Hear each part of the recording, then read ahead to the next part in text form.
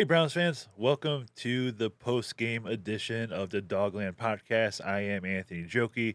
He is Jackson McCurry, and we have our first victory pod of the 2025 NFL season with the Cleveland Browns defeating the Green Bay Packers 13 to 10 in what was a very thrilling game today. It seems like the Browns completely pulled that one out of a hat like a magician and a rabbit, and we can't ask for a better win that we got today from the Cleveland Browns. So, Jack, a lot of the story so far this season has been the defense performing really well as the offense not really being up to par, and that was more of the same today, as well as the special teams not being up to par either. But that was corrected today with the blocked field goal, the long field goal to win it at the end of the game, the 55-yarder. But let's talk about this defense because I feel like, all right, first game we saw what they were able to do with the Bengals, and we're like, okay, even though they still lost the game, like we see some things here. Week 2 against Baltimore, held their own for 3 quarters, and then it got out of control in the 4th quarter because the offense was unable to move the ball, gave Baltimore a lot of short field position. But seeing them do it for the 3rd week in a row this week against the Green Bay Packers, holding them to 10 points, 3 points in the first half, a touchdown in the second half, forcing turnover finally after 2 games. How do we feel, about this defense and the level that they are operating on right now? Because through 3 games, they seem to have found the magic that they had in 2023 in terms of being the top defense in the NFL.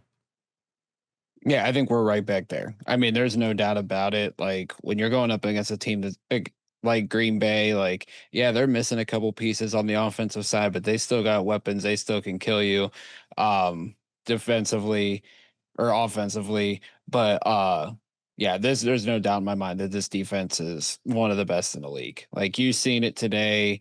They never gave up despite all the offensive woes. Like they kept putting the team in a position to win.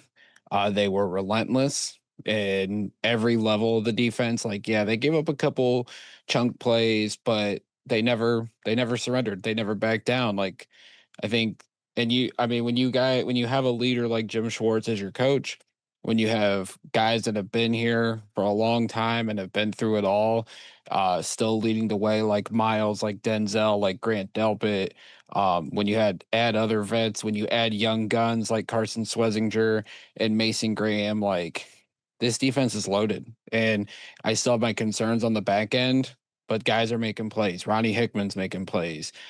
Greg Newsome, like we were all wondering what he was going to be able to do to step up in the wake of Martin Emerson's injury. He's making plays. Miles Harden, granted he had that defensive pass interference late, like he has made plays. Like every level, this defense is kind of contributing. They're making big time plays. You wondered about the rookies. I just mentioned Schwesinger and Mason Graham. These guys are already playing like Pro Bowl caliber players at their positions. Like we're only 3 games in, Anthony, but this defense is showing the league like if you're gonna think you're gonna come in and walk on the Cleveland Browns, like it's not gonna be easy, especially going up against that defense. Yeah, talk about walking and, let alone running. Like, through the first 3 games, these are the stats of the opposing running backs. Chase Brown, 21 carries, 43 yards. Derrick Henry, 11 carries, 23 yards. And today, Josh Jacobs, 16 carries, 30 yards. That's less than 2 yards per carry for those 3 running backs. And those guys are not slouches either. Like, so those are some of the top running backs in the league. And it seems like, they went into this past draft with a plan of re energizing this defensive line, this defensive front, the front 7, and the additions of Mason Graham, huge, Carson Swedger, obviously. We've talked about that a lot. But guys like Malik Collins coming in here had 1.5 sacks today. Finding an undrafted free agent, Aiden Huntington, who had half a sack today. Like this defensive front is almost like a stone wall at this point, and you absolutely love to see it.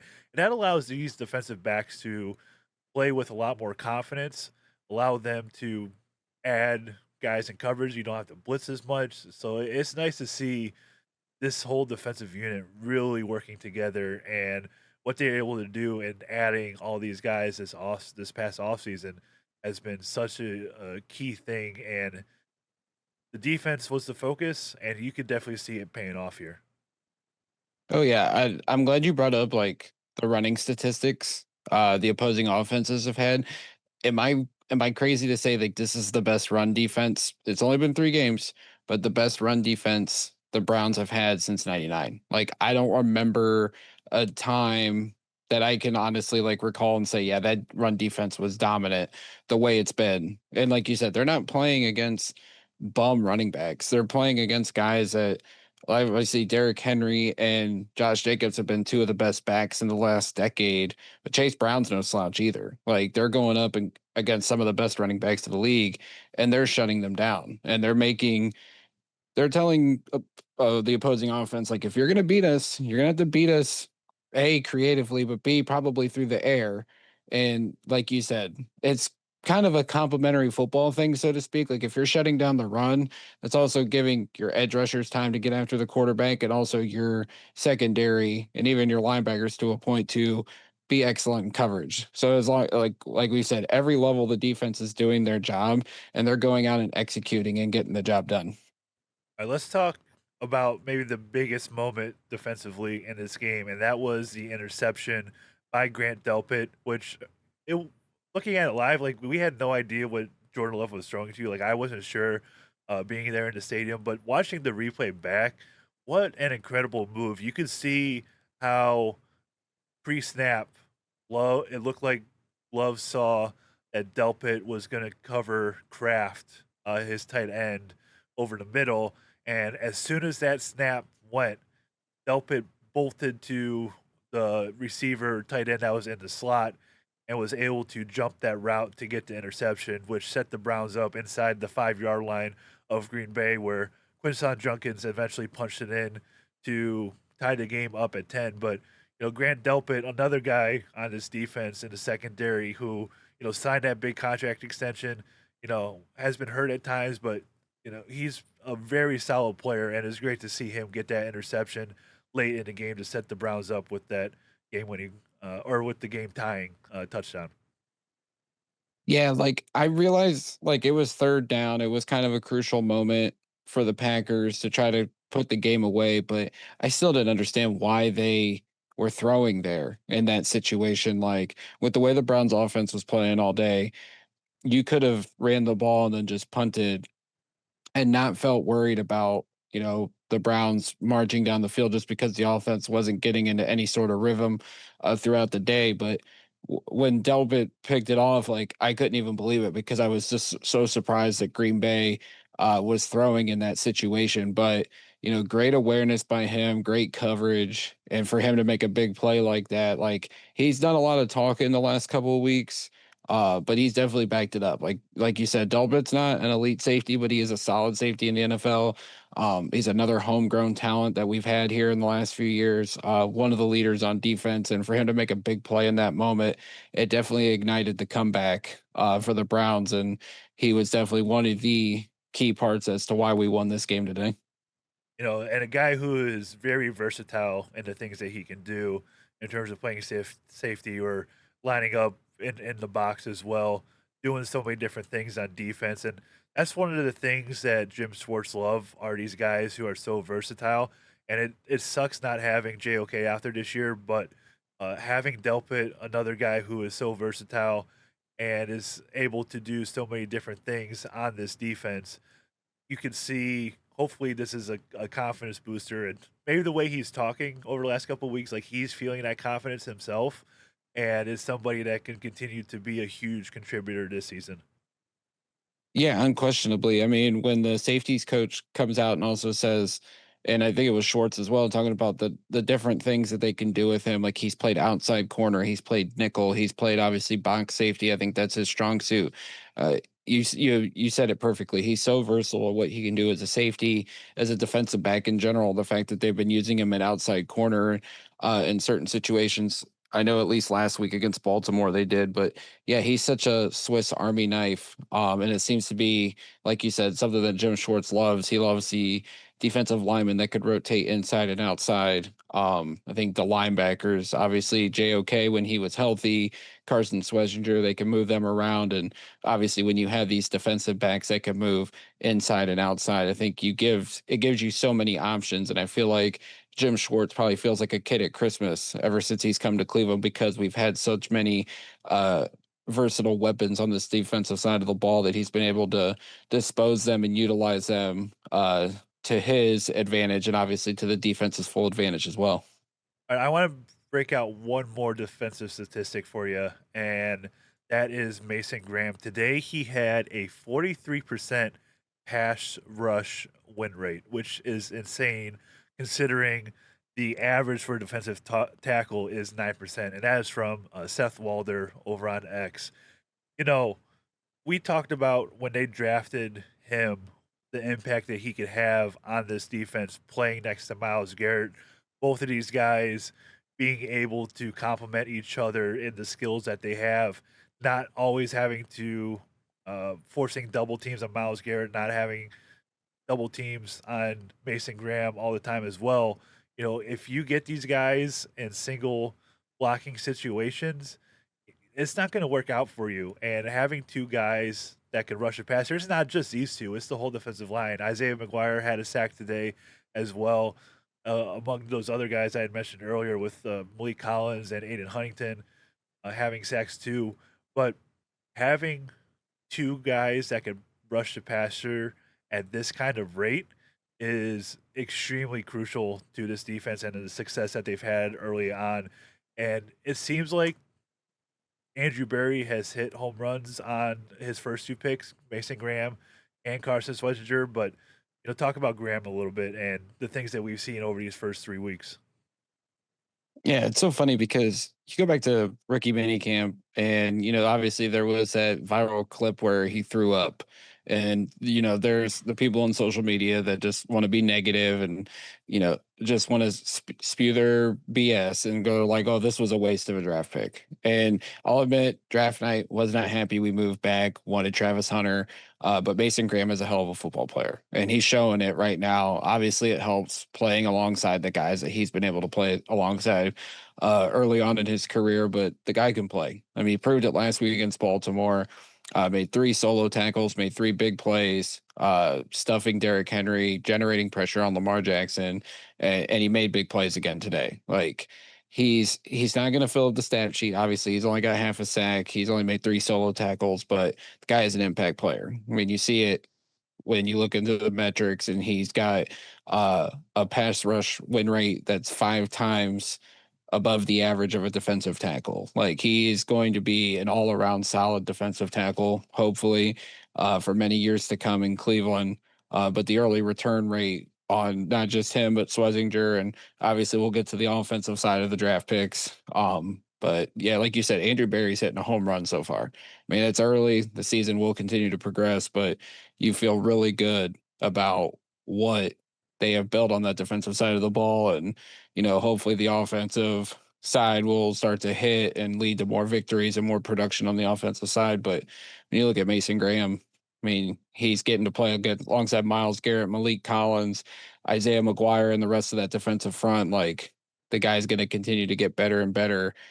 Jim Schwartz said he's solid as the run stuffer, and we've seen that obviously early on. But once he gets that pass rush going, if he can rack up the sacks, or not just sacks, but generating pressure and causing havoc on quarterbacks, like he's only going to continue to get better and better as a football player. You hope. One more defensive lineman that deserves a huge shout out is Shelby Harris, blocking the field goal at the end of the game, giving the Browns the ball back to go down and kick the game-winning field goal. It seems like he's made a habit of this in terms of blocking kicks. I don't know what his, what he sees in these situations, but for him to block that field goal, obviously a big crucial moment in this game. You know, instead of the Packers going up 13-10 and we're trying to go down and kick the game tying field goal, we're able to get the ball and go down to kick the game-winning field goal. The only issue I have with that play is like I'm not sure why Greg Newsome didn't pick the ball up and run with it because it seemed like he had all the space in the world in front of him, but that's okay. It worked out in the end, but for Shelby Harris to get in there and get the block on that field goal, crucial moment in this game. Yeah, without a doubt. Like obviously, Shelby has had to take a lesser role this year with the emergence or the new additions of Malik Collins and Mason Graham. But Tristan Thompson once said it best when he talked about his role with the Cavs, like be a star in your role. So obviously, like Shelby Harris's playing time gets cut up, but you have to look for ways to make an impact on the football field. And obviously, his blocked field goal today was his impact play. So if he can make impact plays when his number gets called, whether it's special teams or whether it's on the rotation of the defensive line. Shelby's a solid vet. He's been around a long time. I'm sure when he's called upon, he'll make the big play, and he's done that throughout his career wherever he's been. And he's a good veteran presence to have in that defensive line room as well. All right. We wanted to obviously give a big shout out to the special teams on this day because it all started with the punt from Corey Bjorquez that pinned the Packers down inside the 4 yard line before the interception by Delpit. And then obviously the game winning field goal by Andre Schmidt, the 55-yarder. Always, a couple weeks ago against Cincinnati, I missed those two kicks that cost them the game, the extra point as well as the field goal towards the end of the game there. A huge disappointment, big talk about replacing him over the last couple weeks.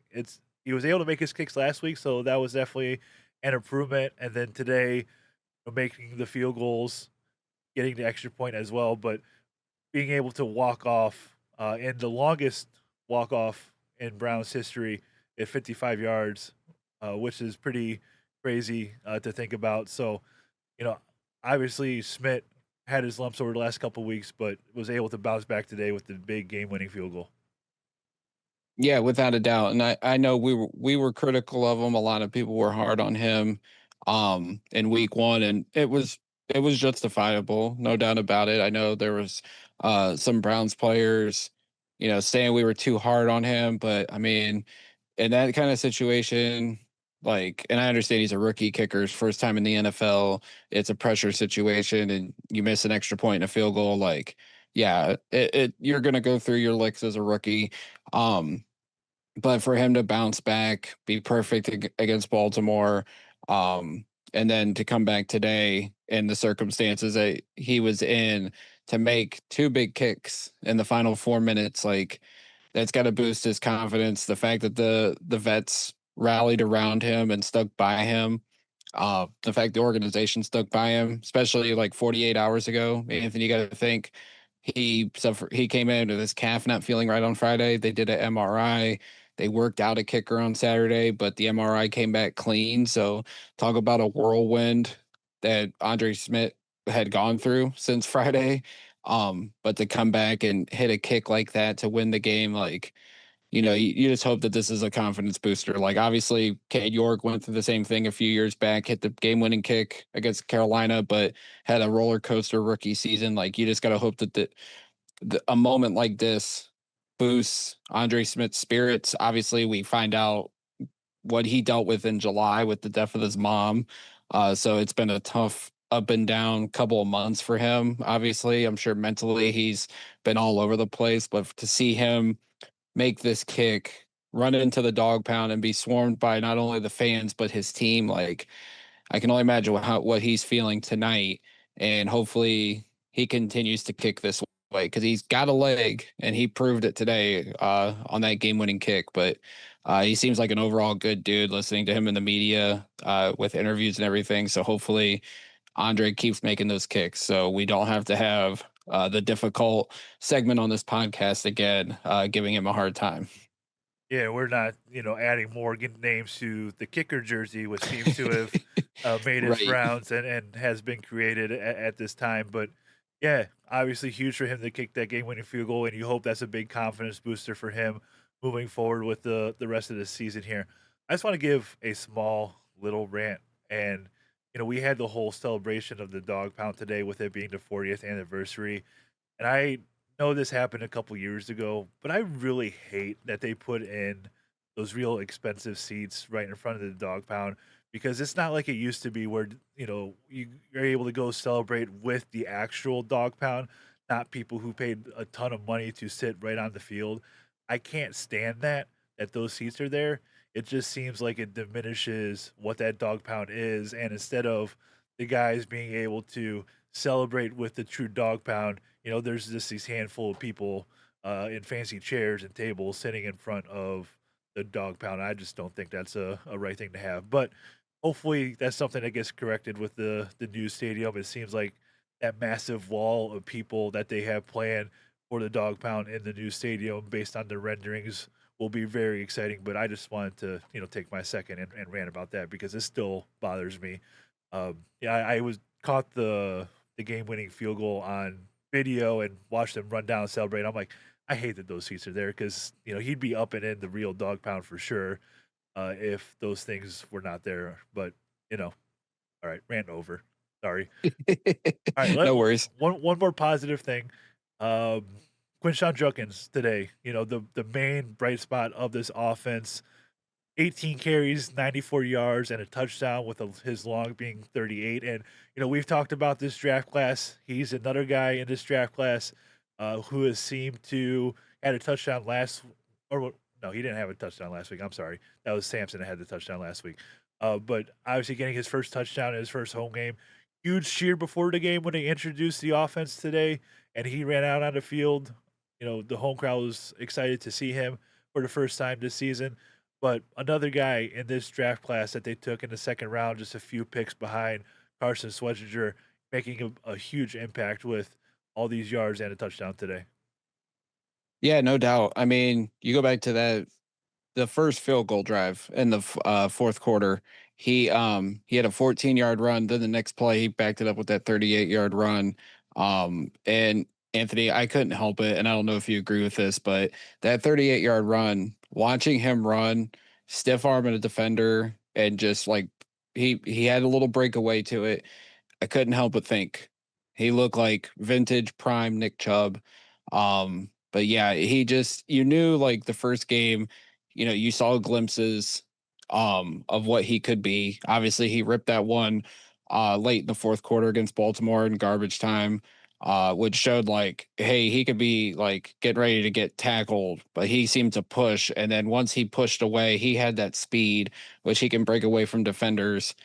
It just gives you hope that that's going to be the guy that can lead this running game back to what it was a few years ago with Nick Chubb, with Kareem Hunt. But overall, like what a performance he had today was one of the other sparks to the Browns comeback. Obviously scores the touchdown to tie the game, and you just hope that like he continues to get better and better. Like the offensive line still is shaky. Obviously, we lost Dewan Jones early today. Unknown if the knee injury is going to keep him out for an extended length of time. But when you have a guy like Quinshawn Judkins who can make the big play like that, you just hope that if the offensive line can stay healthy, obviously Jack Conklin's out as well, if they can stay healthy and build up some kind of chemistry with whoever is going to be out there for an extended period of time, that the running game will continue to evolve and get better with Quinshawn Judkins leading the way. Kind of disappointing that Dylan Sampson didn't get a lot of playing time today, but we know he's a rookie. He's still learning his way. They still want to see Jerome Ford, but I would love to see more of Dylan Sampson. But great day for Quinshawn Judkins, scoring his first touchdown, and was another big part of this Browns victory. He did get the start today, and I thought it was interesting that Jerome Ford did not have a single carry today. He did have 4 catches on 4 targets, only for 10 yards. But, you know, it seems like we do have our running back one. It is now Quinshawn Judkins, and you're right. He did look like vintage Nick Chubb on that one breakaway for that 38-yard gain. It was great to see that. The offensive line has struggled this year, but I will give them credit today, especially having 2 backup tackles in there, their third and fourth string tackles. They did not allow a single sack to Micah Parsons today. They give up 2 sacks to Rashawn Gary, but they did a very good job with Micah Parsons. He only had 2 tackles in his game and was pretty much a non-factor in this one. And to be able to do that to a player of his caliber, is pretty special. And maybe that goes with the game plan that they had, which was mostly running the football. They did still throw it 36 times, but and he did Flacco did face a lot of pressure, but I'll give some shout out to the offensive line with being able to neutralize Micah Parsons as much as they can. And I would imagine, the game plan was that, especially when you have a guy of his caliber on the other side. But when you talk about Joe Flacco, and this is maybe where we're going to have the most negative talk on this post game show, it was another rough day for him in the office. Now, granted, did lead the Browns down the field for the game-winning field goal, and what was a very nice drive. Granted, they only needed a handful of yards, but they executed perfectly that last pass to Njoku to set up the 55-yarder, before which they spiked the ball to stop the clock with a handful of seconds left. Like that operation was so smooth, and that's the veteran presence of Joe Flacco and what they're able to do. But the rest of the game, it seemed like this offense was stalled out, dead, whatever adjective you want to run out it in there. And it, I think we're all ready to see Dylan Gabriel. Now, this win will probably buy Flacco another week for sure. There was a report before the game that they had serious conversations about, was Dylan going to start this week? Was it going to be Joe Flacco? So it seems like they're kind of close on those internal dialogues before this game. But he did struggle with 21 to 36, 142 yards, had the interception, took a couple sacks. Another rough day for Flacco, but ultimately we did get the win, so you kind of excuse it a little bit. But moving forward, where do you sit on Joe as the quarterback, and when would you want to see Gabriel and or Sanders? I mean, I would like to see him next week. I'm not even gonna lie. I'm not gonna beat around the bush. Like, yeah, we won. Like Flacco did throw the interception, but he also made clutch throws to get us in field goal range today on that final drive. But this offense is just not, there's nothing there. Like, yes, the running game's there. I will say that. And like Harold Fannon's made good plays. Like I mentioned to you, like 48 of Njoku and Fannin Jr.'s 65 total receiving yards today were after the catch. So you got that. I wish they would focus on them more. I know you got Jerry Judy, who you're paying a lot of money. I know you got Cedric Tillman, who was a top 100 pick. You want to see him continue to develop, and there was some good things out of him today as well. But this offense is just not sparking right now, like the passing game at least. And I've got to be honest, like as much as I love Flacco, like when you're averaging 4 yards an attempt, or it might even be less than that if I did the math real quick, but like we're not seeing enough down the field throwing. It just seems like, and I don't know if it's the receivers aren't getting open enough, if it's the game plan to prevent Flacco from being ultra aggressive and turning the ball over. If they're trying to run a conservative offense, like you got to take chances down the field. And I would rather see at this point, like a Dylan Gabriel get out there, make his mistakes, them try to open the playbook up a little more. And I know Gabriel's going to take care of the football because he did that in college, but just to see the playbook open up some more, get some down the field throws more involved, get Isaiah Bond more involved. Like, I just feel like this offense isn't doing enough. And if we're going to watch a 40-year-old quarterback do this, I would just rather see a rookie out there. I want to see Gabriel. I feel like the fact that we won today, I think gave Flacco one more week. But I feel like if he's struggling next week and this offense is struggling again, Anthony, I don't know if it's in the second half against Detroit or at in that game at all. But I feel like week 5, when we go to London, I think we're going to see Dylan Gabriel out there. That's going to be my bold prediction because I think it's time. I think you need to see what the young guys can do, see if Kevin Stefanski and Tommy Reese open up this playbook more for a younger quarterback. I just think it's time that a change happens and we see one of these guys out there to see if they can do more than what Flacco's doing. Yeah, I would like to see Gabriel. I'm not sure when that will be. I have been hoping that Flacco can make it through the first Pittsburgh game, which is in 3 more weeks, and that would give Gabriel and or Sanders 11 games to kind of evaluate where we're at. Starting Gabriel next week on the road in Detroit would certainly not be an easy task with the great defense that they have. Minnesota after that has a good defense too. Obviously Pittsburgh. So you got three really tough defenses coming up over the next handful of weeks. You hope that Flacco can show some kind of spark to be able to get through that. But I would not hesitate if we saw another first half like we had today. You pull the plug, put in Gabriel, see what we have. And you can always go back to Flacco to be the starter next week and have the same situation. You could pull the plug, at some point in the game if you absolutely have to. But I am ready to see Dylan Gabriel. He is somebody that I feel can really operate Stefanski's offense in terms of being mobile, rolling out the pocket, giving these offensive linemen a better opportunity at pass protection to make things a little bit easier. Uh, having these bootlegs in the play action game, all these different things that a mobile quarterback can't do or can do that a 40-year-old Joe Flacco cannot do anymore. Flacco could do those things, but he can't do that anymore, at least at a high level and an efficient level. We've seen that over these last few weeks, these first three games of him not being very mobile. The pressure gets in his face very quickly. He's not one that's going to break away and buy you extra yards with his legs or anything. So I'm ready to see Gabriel. We'll see when that's at. Um, I had a lot of conversations with my dad today at the game, like, us going back and forth about, why it would be a good idea, why it wouldn't be a good idea. But I'm ready to see Gabriel get on the field and at least start to evaluate these guys and see what they have. And I think that the offense is going to look a little bit better once, Gabriel does get in the game, whenever that will be. Yeah, I thought, and I don't know if this was because of it, but I thought it was a telling sign today that Dewan Jones started at right tackle. I don't know if that was a thing to help him because obviously he's been struggling the first couple weeks, or they were getting ready to potentially put Gabriel in and then Jones protect his blind side. I know Stefanski said there was never any consideration to bench Flacco for Gabriel. I wonder if that changed when the Jones injury happened, but I did find it funny that the guy that was protecting Flacco's blind side moved over to right tackle.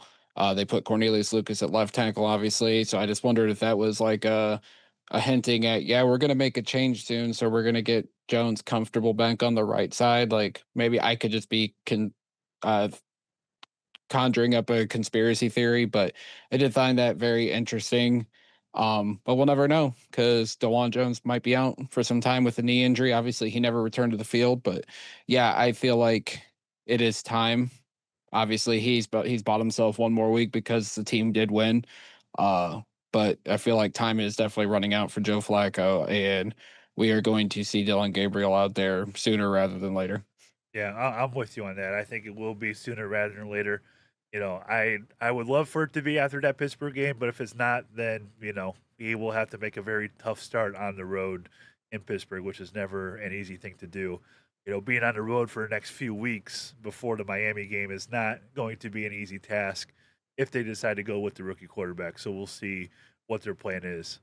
All right, before I will say because you make the case about like the defenses. Minnesota is overseas the next 2 weeks, so they are going to be comfortable and established in that time zone. Obviously, being in Ireland next week against Pittsburgh and then London against Cleveland.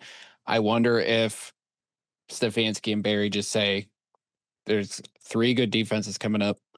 Let's just ride it out. I know the fans aren't going to like it. I know people above us might not like it, but let's save the rookie. Let's wait until week 7 against Miami." I feel like that's been the plan all along, at the very least. The fact that we are playing against three good defenses the next couple of weeks, I wonder if that plays into anything. Obviously, you mentioned the report where, Stefanski and Tommy Reese debated putting Gabriel in this week, but obviously it was a very good defense against Green Bay. Maybe they're being smart about it, which I'll give them credit for that. But I feel like you're going to lose the fan base if you roll off three more losses in a row, which I mean, anything could happen. Obviously, today is the prime example, but maybe they're being smart about it and just wanting to be a little bit more patient. yeah, I think they had a plan. We did hear the Boo Birds come out today Oh yes. in the first half and early in the second half before they were finally able to get things going. The mood in that stadium changed very quickly after that field goal and a turnover by Delpit. It was a tremendous atmosphere in there. There were a ton of Packers fans in there, which I think kind of helped the rest of the Browns fans that were in that stadium, be a little bit louder. When you get that opposing contingent that shows up at the stadium and, starts to get very loud and all that kind of stuff, it makes you, as a fan of your team, to get a little bit louder. And the atmosphere was great, in those last handful of minutes for the people that did stay after it started raining. There were quite a bit of people that headed for the exits, when the rain started early in the fourth quarter. Wouldn't, justifiably so with how the offense was going. But, you know, the ending with the crowd was great. Great atmosphere for sure. But the Boo Birds were out for the offense a little bit, and thankfully they're on the road the next couple or the next few weeks here. They do technically have a home game against Minnesota, but it's in London, so it won't be until October 19th when the Dolphins come to town that we will have our next official home game down at Huntington Bank Field. So there's some time for them to not have to face the fans in a couple of these decisions at their home park. So we'll see how it all shakes out. All right, before we get on out of here, we have a tradition over the last handful of seasons. When the Browns win, we pick the mayor of Dogland, and this could be anybody uh, that contributed heavily to the game. We've given the ball to like the whole defense, the award to the whole defense in some situations. But today we We've picked, given we've given it to Stefanski, even though yeah, he doesn't play. yeah, we are pretty. We give our votes out quite a bit for this, but today we picked four guys that obviously had huge contributions to this game. Andre Smith with the game-winning field goal, as well as another field goal as two. Grant Delpit had the huge interception late in the game. Quinshawn Judkins had the game-tying touchdown and had 98 yards as well. And then Carson Schlesinger, who all over the football field had a sack as well, which was a pretty nasty hit on Jordan Love too.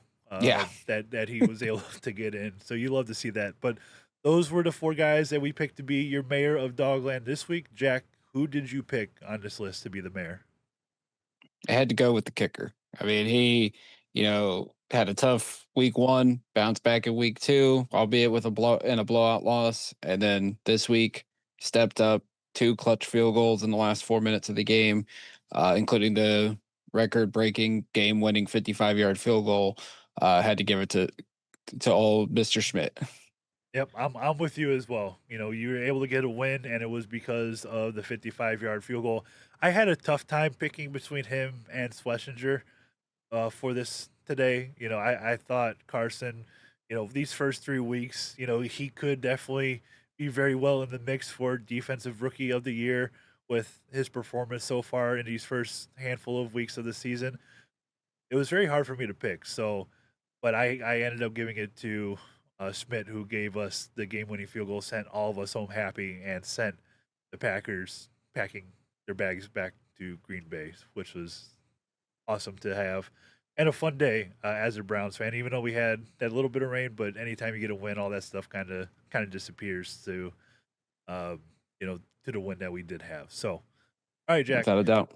we do Well, have I was just gonna say we you mentioned Carson Schwarzenegger, and I thought it was fitting that Clay Matthews was in the stadium today because they were honoring the '85 Browns, and a lot of people have made the comp to him, and for him to have the performance he did, uh, you know, people are comparing him to Clay Matthews already, which I mean that's high praise when you got guys on the beat that have been around when Clay Matthews was there, and they're comparing Schwarzenegger to him, and you could see it just how dominant he's been in all the phases of being a linebacker, and he's got a long way to go to get to where Clay Matthews was, but to do what he did today with him in attendance, I think that was a pretty fitting tribute, I would say, for Mr. or for Clay Matthews. Yeah, we all love to make these comparisons with current players to former players, but it seems like this one could really be justified, and that's something that we absolutely love to see here early on in his career, these first 3 games. So, Without a doubt. we do have one more piece of news, and I'll just cover this very quickly. The Browns did bring back Luke Floria to the practice squad. That was, or that's the report going around now. So Without a doubt. it's great to have him back in the fold, and somebody who was a fan favorite in the preseason, had a couple awesome catches as well. So it's great to have him back, and we'll see what the plans are for him over these next handful of weeks here if they're able to get him involved on the offense as well. All right, Mhm.